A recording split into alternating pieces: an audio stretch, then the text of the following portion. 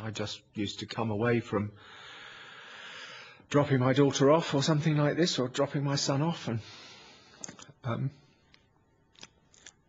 pull into a gateway and bawl my bloody eyes out. And difficult. It really is. I've had lots of days just sitting at the kitchen table with a can of beer crying for hours on end.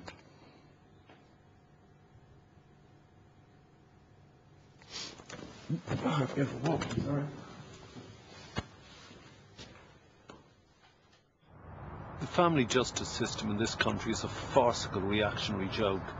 It causes such pain that if it affected anyone else save children, or more specifically their fathers, it would be of primary concern to the nanny impulses of this politically correct government. Fucking foxes get more consideration than fathers from this lot.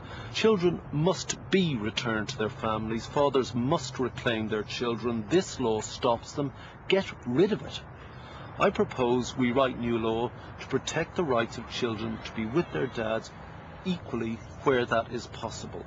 A starting presumption stating that which is self-evident to everyone but the hacks in the family court system, that both parents are of equal value and in the eyes of the child usually equally loved.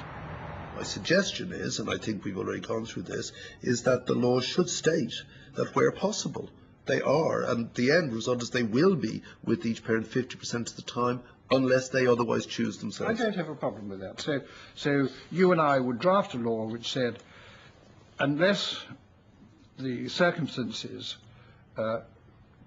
indicate otherwise, the starting point is equal division of time. I think it's fairer. I think it would be much more sensible. I think it would take a lot of the heat out of the situation. I think it would put people on a much more even footing.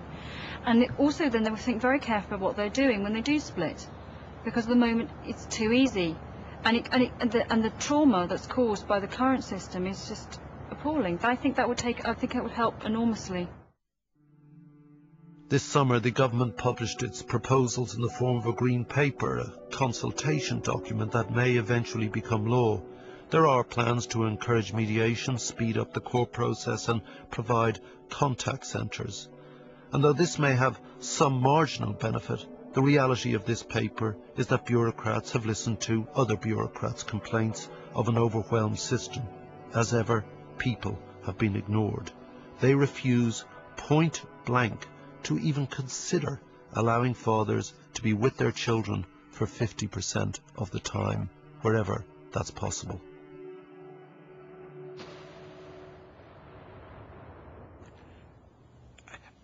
We're absolutely clear the current system is not working anywhere like adequately enough.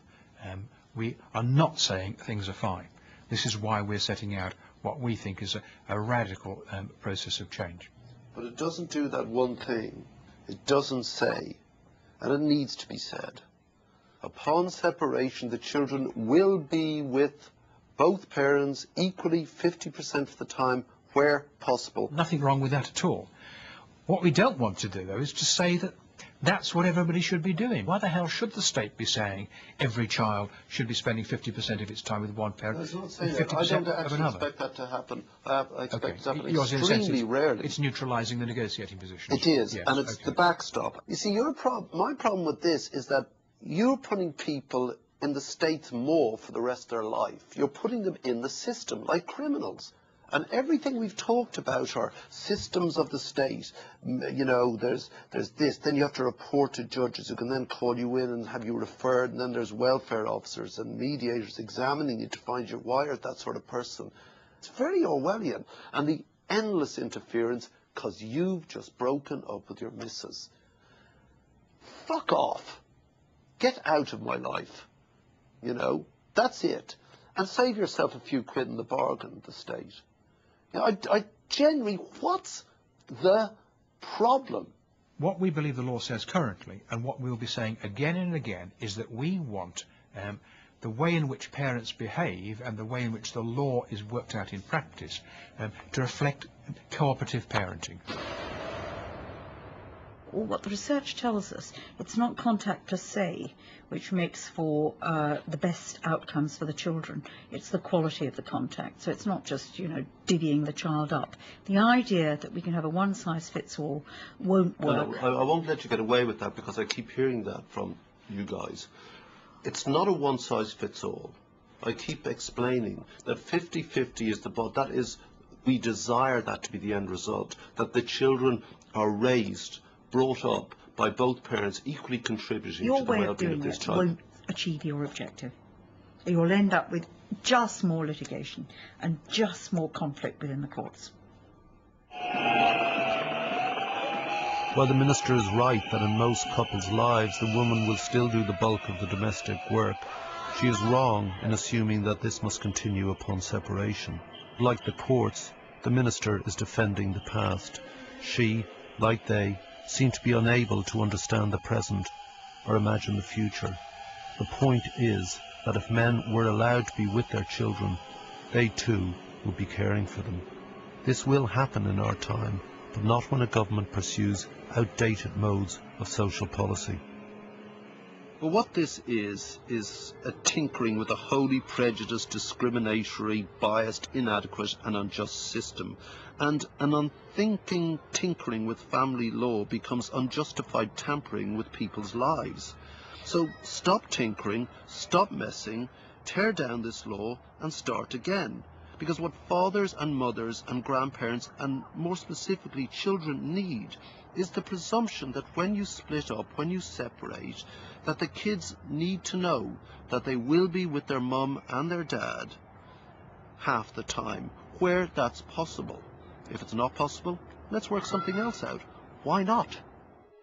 The tens of thousands of men, women, fathers, mothers, grandparents, sisters, brothers, new wives, who've written to me have been betrayed by this disgusting law. And until this disgrace has been torn up and rewritten, the letters and the pain will not stop. My response is not to read the letters anymore. You know, once you identify with the first dozen, and then you realize the next dozen are worse, and then it goes on being worse and worse. I edit the magazine so I hear their stories and write them up in as dispassionate a manner as I can. But when it comes to my own sort of sadness, it's actually, I mean, 99% of the time you kind of wouldn't know, I think. And then just suddenly, from nowhere, you know, perhaps it's the intensity of this discussion we've been having, you know, suddenly hits you. Well, you have to suppress it, don't you? I mean, the only way you can survive, because otherwise you'd be a basket case. You have to suppress it somewhere. Denial, yeah. And that's why I say cruel and inhuman. Yeah. They don't know what they're doing. When these judges are making the decisions that they're making, they just don't know what they're doing to people. In the end, I did end up with the children 50% of the time. It worked okay. It probably would have gone on to be fine, except, of course, in our particular case, there were finally the tragic circumstances of Paula's death. But I'm fine now. The kids are fine. But I and they will never forgive what this state, through this law, did to us, to ruin our family even further than our own self-inflicted damage. What has to happen is that men must be allowed their dignity. They must be allowed to be with their children. So let's repeat what the feminists did in the 60s. They made the personal political, and there is nothing more personal than being with your children. The law is profoundly flawed. So translate your grief into action. Let your loss move you. Make your dismay and hurt felt. Literally demonstrate your love for your children so that even if they cannot see you, they can see you love them. What choice do they leave you?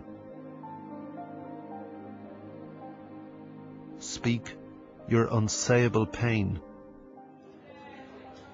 and articulate the real love that dare not speak its name, that of a father for his children, and no law should stand that serves to stifle this.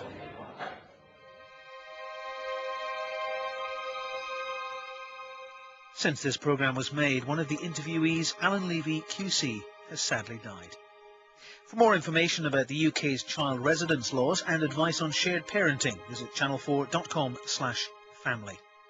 Next tonight we hear from couples, including the ones who provoked a media storm to see if wife swap changed their marriage.